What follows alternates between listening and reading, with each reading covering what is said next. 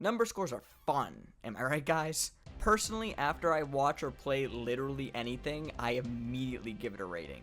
Now, the 1 to 10 scoring system is supposed to look like this, where 1 is just unredeemable garbage trash, 5 is, mediocre average, and 10 is perfection, or as close as you can get to perfect, with the vast majority of content falling somewhere in the middle, and less the further you go out in either direction.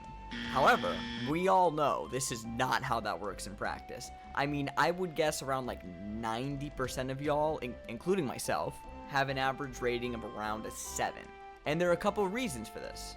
Firstly, people tend to not engage with media or entertainment that they know they will not like, or maybe they're just unsure about. Personally, I think it's really important to try things you wouldn't typically try to help expand your palette and, worst case, provide further contrast between what you like and what you don't.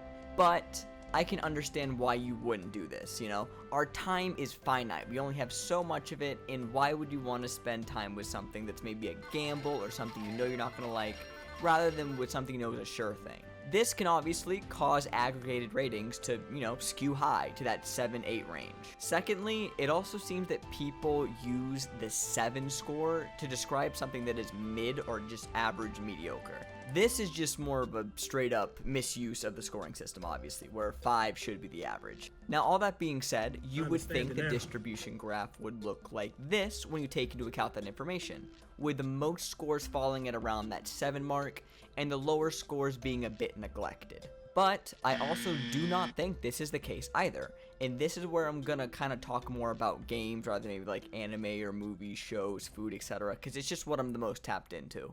To me, it feels like games are rated like this from gamers in terms of distribution, where it's not the super low scores that are getting neglected, and obviously not the super high scores, it's those middle average meddling scores that are. It just feels like gamers have developed this black and white palette where something is either definitively good or definitively bad. Gamers will plant their flag vigorously on one side of the aisle and will just not move.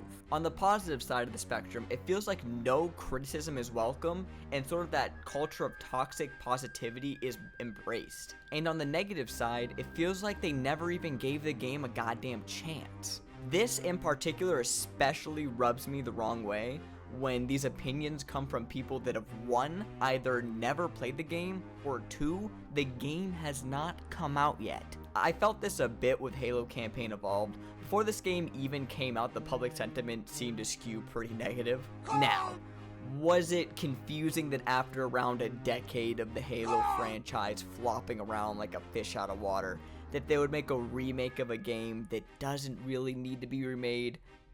Yeah, I'd say so.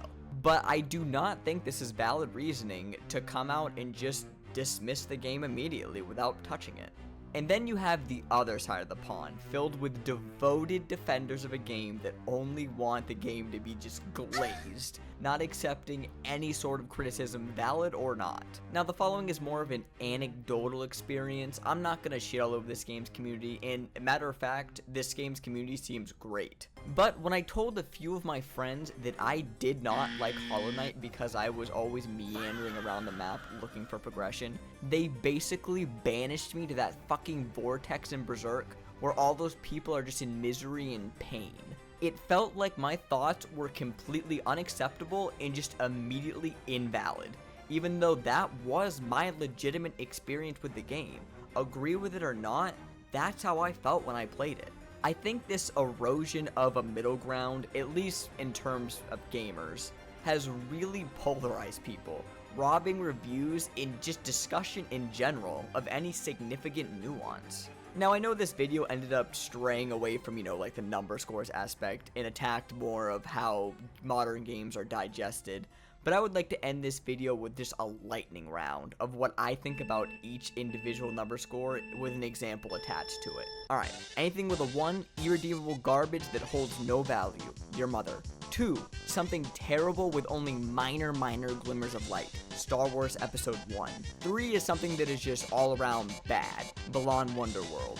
4 is something that's just, not good but a little below average, that's the McRib. 5 is dead average, McChicken. 6 is something decent or alright, Akame ga Kill. 7 is something that's just flatly good, the color green. 8 is great, sweatpants. 9, amazing, near perfect, Waffle House. 10, a masterpiece that is not only amazing but also fundamentally changes the way I think or does something that I've literally never seen before. High School DxD.